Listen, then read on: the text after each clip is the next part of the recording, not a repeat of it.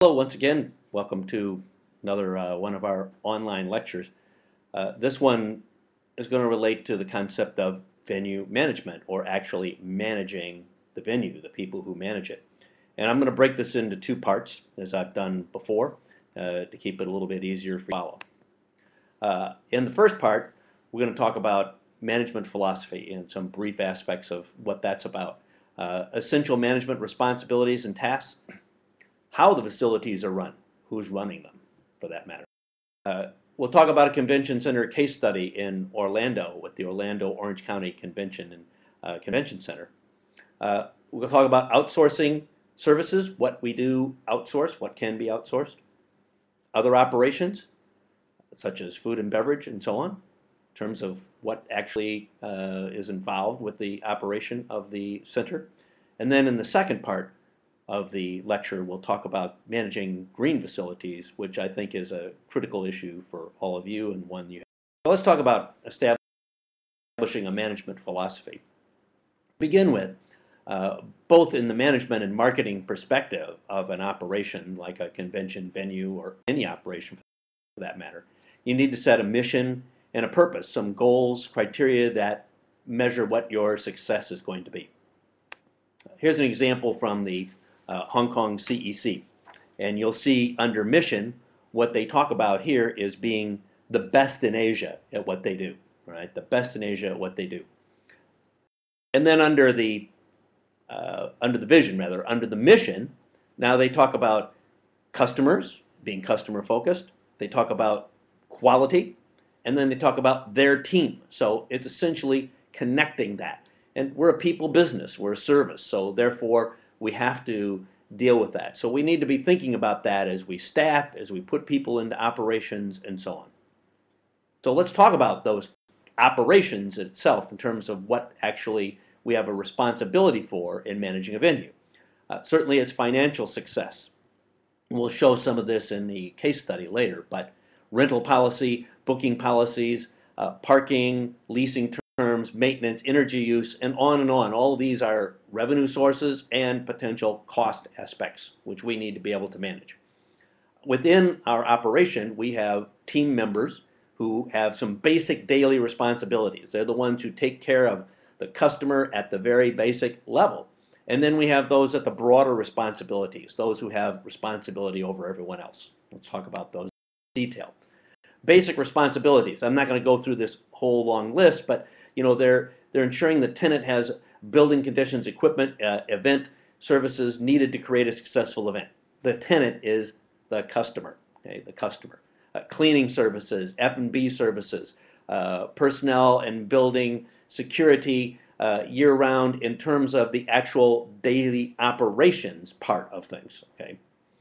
Providing routine maintenance. All of these things are the basic tasks of what need to be done within an operation. Now you have people who manage all of those tasks, and then you have the basic responsibilities on a daily basis. The broader responsibilities: establishing priorities, setting schedules of events, negotiating contract terms, budgeting aspects, promoting the venue for special events, financial and funding sources for various aspects of it, and certainly the reporting of cash flow, so the financial aspect, the broader scope. Here's a list of potential titles, job titles within a venue, such as a convention venue that we've been talking about. Everything from communications managers, security managers, and so on. You can read through that list yourself in terms of all the various titles. So the question I ask you is, who does what? Based on that previous slide, what do you think? Okay. Group the managers in your own mind in that table as to where you think they're different. This could be an excellent question for a multiple choice, for example. Where do you think they fit? Which ones have like daily responsibilities and which ones are broader in terms of the overall aspect? And what responsibilities can be outsourced? We'll talk more about that later on. But which staff members in that table can be temporary and which ones are casual labor, or can be temporary casual labor, I should say. They're synonymous with each other versus full-time. Well, let's give you some ideas. Some of the broader responsibilities. I mean, you think of the larger level positions. The event manager has more than just the responsibility of what's going on logistic-wise. They have to put the whole kind of event together. The catering manager needs to think of themes and so on that go beyond just the basic banquet and the meal functions and so on. So they have a bit of a broader responsibility. Sales manager, they're looking into the future. Okay, they're much more beyond what's going on today. Public relations, similarly. They're promoting the facility itself. Certainly a personnel manager manages things that go on a basic level in terms of hiring the people, but overall they have a broader responsibility to be those to get the right team members to meet the quality for the customer that HKCEC talked about. Food and beverage directors, financial controllers, the catering sales manager dealing with outside organizations for weddings and local events and so on. Business development manager is oftentimes another term used for sales people. So they're out there looking. As I said, we'll talk more about outsourcing labor later, outsourcing labor. Now, by the way, if you go back to those broader responsibilities, by default, those that I didn't mention are probably more from the basic standpoint. You know, those are just doing the daily operations, the security guys and so on. Now, and those may also be associated with what could be done on a temporary or casual basis. Security is involved with the events. So if an event's happening, you need somebody. If it's not, you don't. Banquets, similarly, not every day do you have a banquet. Not every day do you have a luncheon function. Cleaning services, well, you need those when you're moving in and out, when there are people in, but when they aren't, maybe not. So they may not be full-time, and as we'll talk about later, these are possible areas where you can outsource. So how are they run? This is a very critical aspect and one that's important to the overall aspect of what we're talking about. There are a number of different types of management approaches. First, you can manage a venue by the owner itself, the government. The people running it could be employees of the government or the local government that is involved in operating, owning it.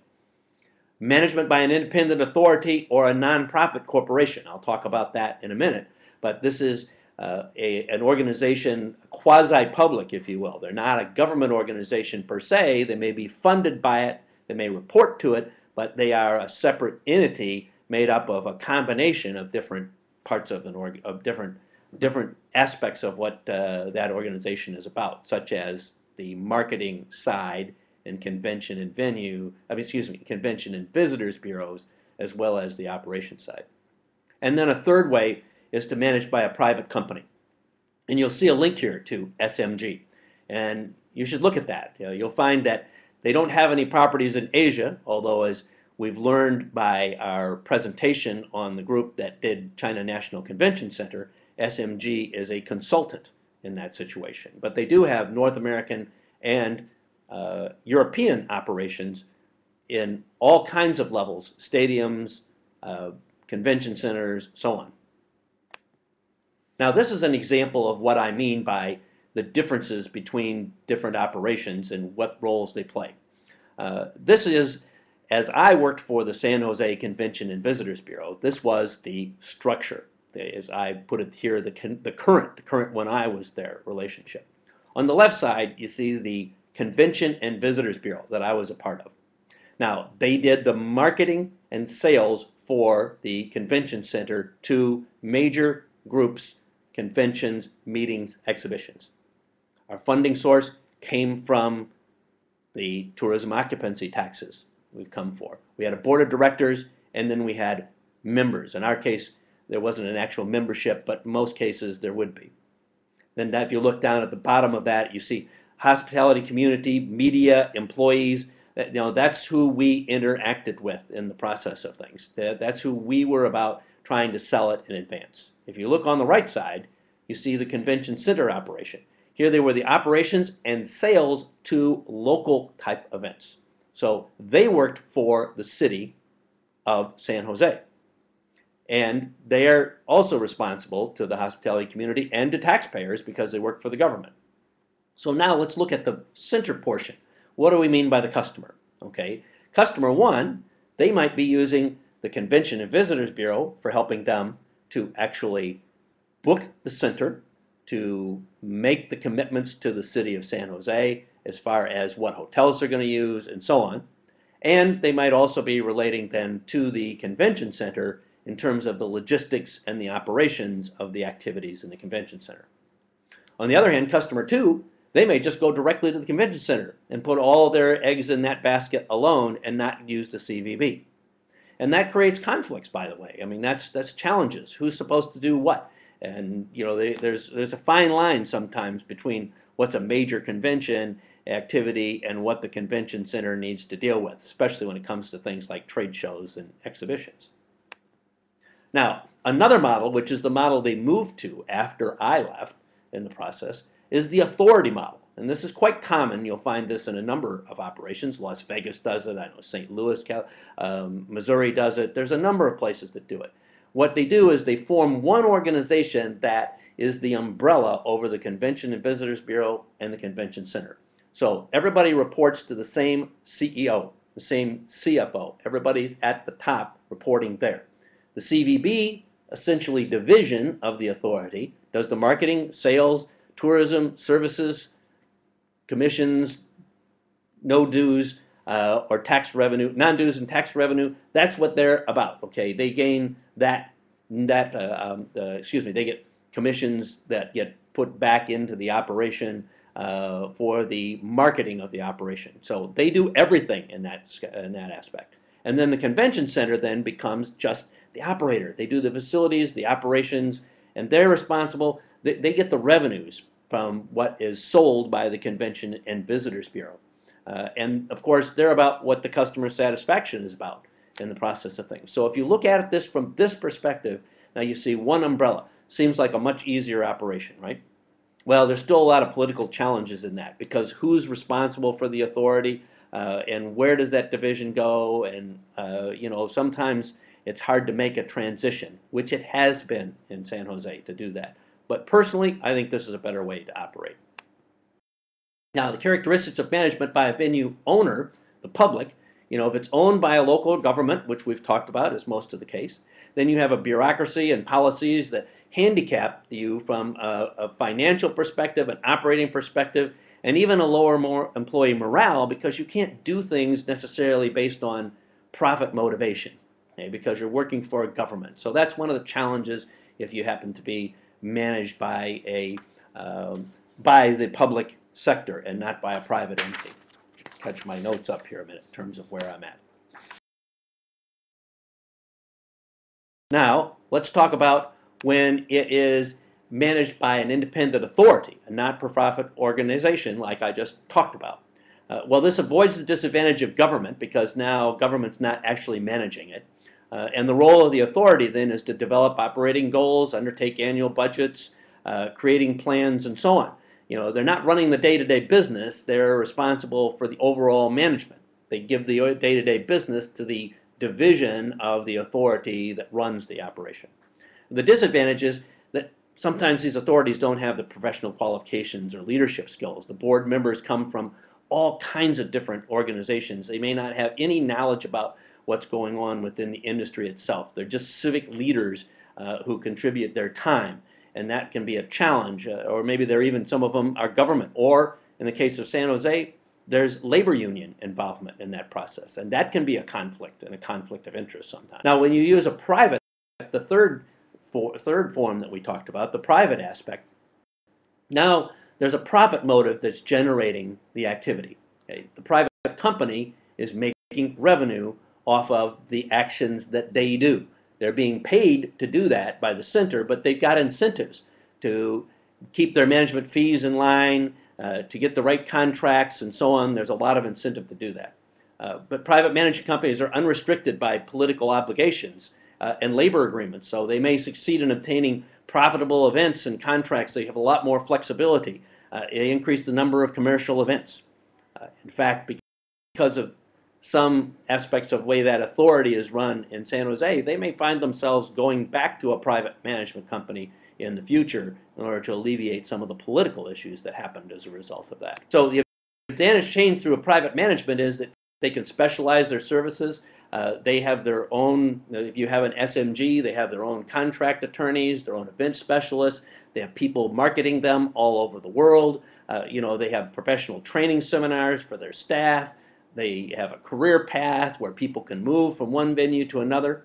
And these operations can work on either a full service basis or just a la carte. So some firms do everything, and sometimes they just do one aspect. Maybe just they do the event promotion, or maybe they're just the food concessions. Now, I'm not talking about SMG here, but a company called Aramark. They go out and they do just the food services in an operation, like say the operation in Las Vegas. They just do the food service. They're an outsourcing company, so they can operate on their own, but they have many different facilities to gain synergy from. So your advantages of various management styles. Look at the public style: owner control, financial support, coordination of those supporting aspects, and of course bulk purchasing between all the government entities. Okay. The authority or the nonprofit, well, they're government representative, but they're not part of the government itself. So they have special purpose for that. Increased operating autonomy. They're not part of the government itself. Their revenues are commingled with the general fund. In other words, the funds that come in from the government and the funds they gain from other resources, are put together. So they're less constrained on purchasing. And then private management, of course, is operating with autonomy. They have an incentive for being efficient, and that's what the owner will give them back. They're sensitive to the tenant's needs, and so on. In other words, the less financial risk for the government because they've already put it in somebody else's hands. Now, the disadvantages. Well, from the public side, we've already talked about it. The purchasing issue may not be related to it. It may be civil service constraints. The San Jose Convention Center, when it was government, had employees who were paid for 40 hours a week every day, whether there was an event or not, because that was the agreement in the process of things. That can be quite restrictive. Changing political policies can change what goes on within the management. People are taking shots at the way it's run from the government perspective and so on. And you see a lot of limited flexibility, other things. From the authority perspective, well, board members may be politicians, and therefore they're not really in touch with our industry.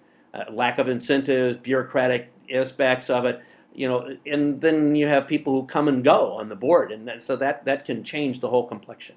From a private standpoint, well, there's no government control, and it's a profit motive, so that may turn off some customers because they're not able to be as competitive price-wise, and maybe the cost is too great for small operations, and then the government loses money.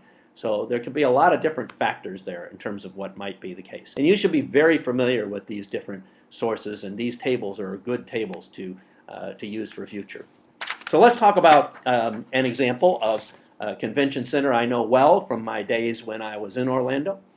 The Orlando and Orange County Convention Center, excellent facility that's grown multiple times since my days there, as I've already mentioned. This is how they look at their customer mix. Okay, if you see about 40% roughly is trade shows, and 20% association, 17% consumer, 15% corporate. So it's a balance. Okay, this is what we want to look at in terms of the kinds of customers that we use, who we go after, what's most efficient and effective for us. And these are their reports from the year 2006, which is public knowledge. What are the leading shows? What do they have? You see here, International Builders Show, a beauty show, PGA Merchandise Show, Performance Racing Industry, National Business Aviation Association. So what types are they? Think about that. What types are they?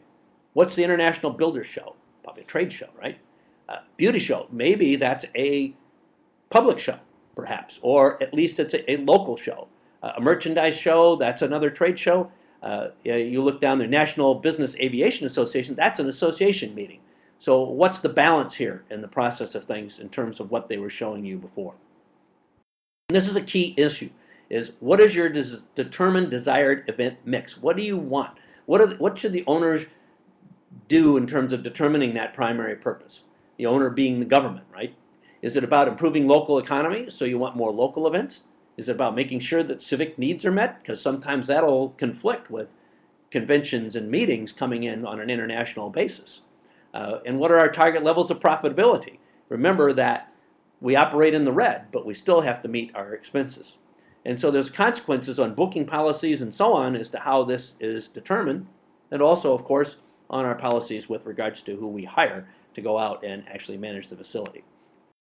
Now, a typical example here from the Orlando is what that economic impact is. This is the justification, okay, the rationalization for who they are and why the money should be spent and so on. And you'll see that there was a drop there between the last 2 years in terms of what that economic impact is. Well, they're being honest, they're being candid. I mean, there's factors behind that, so you have to keep your constituents informed. But this is what I mean by economic impact. Where do those revenues come from? An important chart here. Look at the facilities rental, okay? That's the rental of the facility to the conventions and meetings that come in is 32%, but almost equal to that is the amount of services that are provided. You know, the food and beverage aspect, the cleaning, and so on and so forth.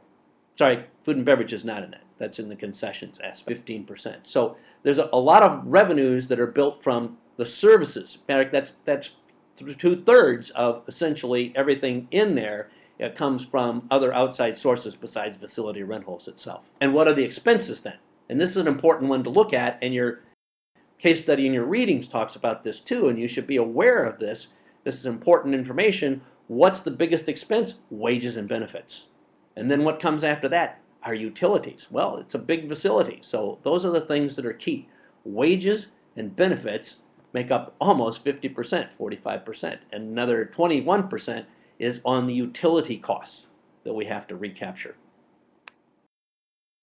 Let's talk about outsourcing contractors. Okay, where do we outsource? We talked about this earlier. What kind of things might be outsourced? Perhaps the same things that we use from a temporary labor standpoint could be outsourced. Some services can be provided more efficiently and economically when you use outside vendors or contractors, right? So you get greater expertise at lower aspects. You can manage the situation more effectively because you don't have to do it. You don't have to do the training, all of those kind of things involved with it.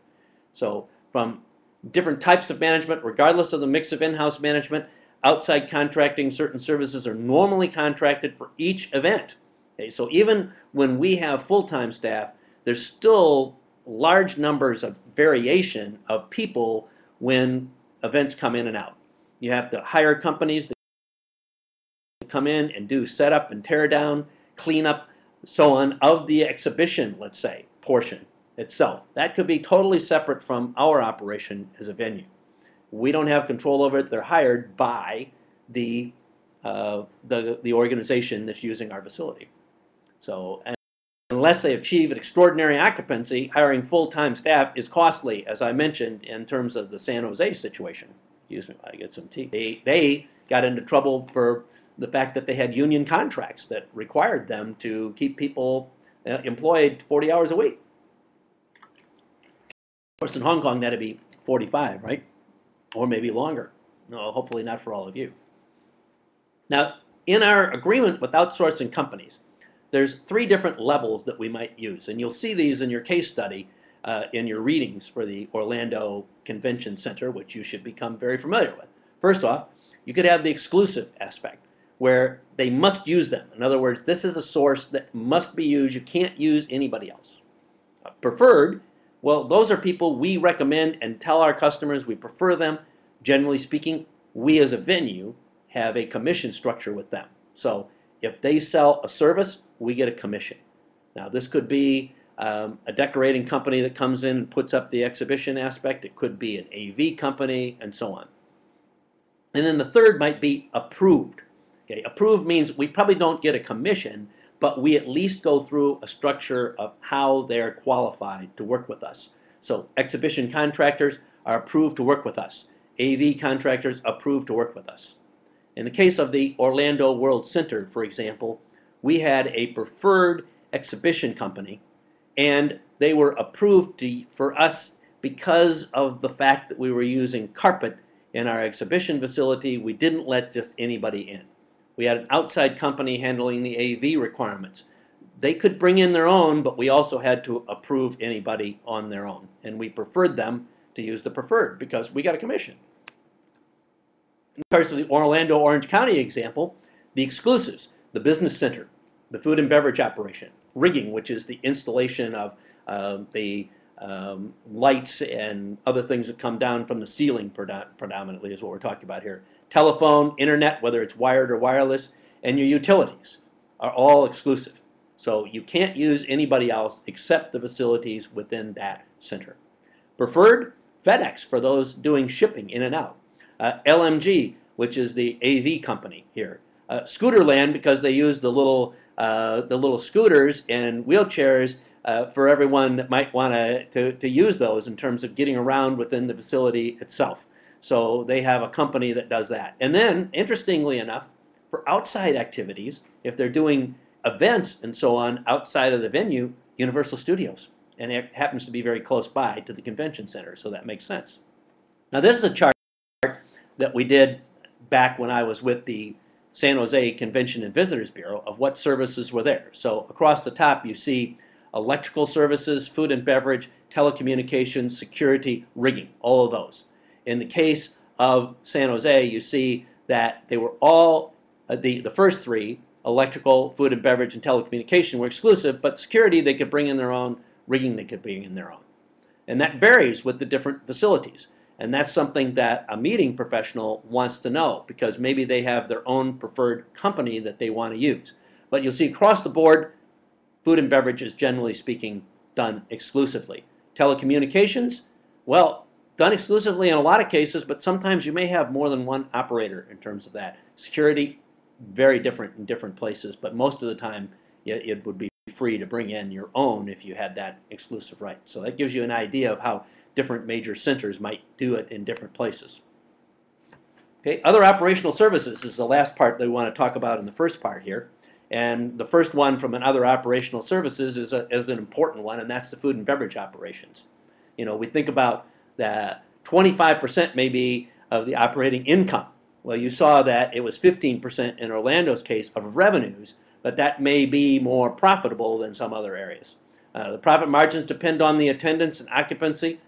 Local political environment, though, from the local municipal regulations, may prevent that facility from providing providing services to local private businesses. In other words, sometimes they're restricted in terms of that.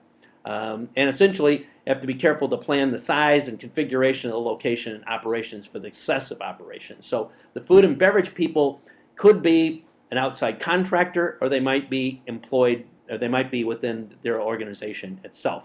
As I mentioned, Aramark is an outside one. They have to be cognizant of all of those kinds of issues.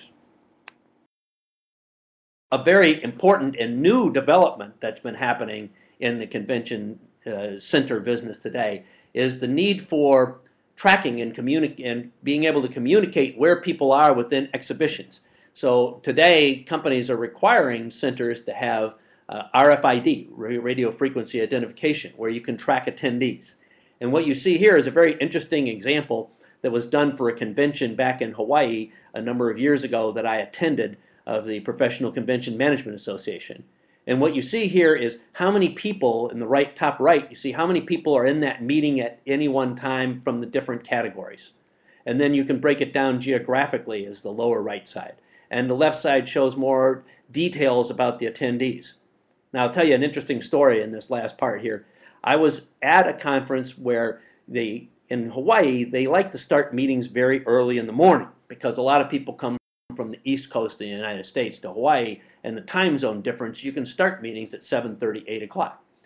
So I was always told in my sales career, you know, if you get up early and you go to the meetings early, that's where you'll find the meeting planners and less of the salespeople and the suppliers.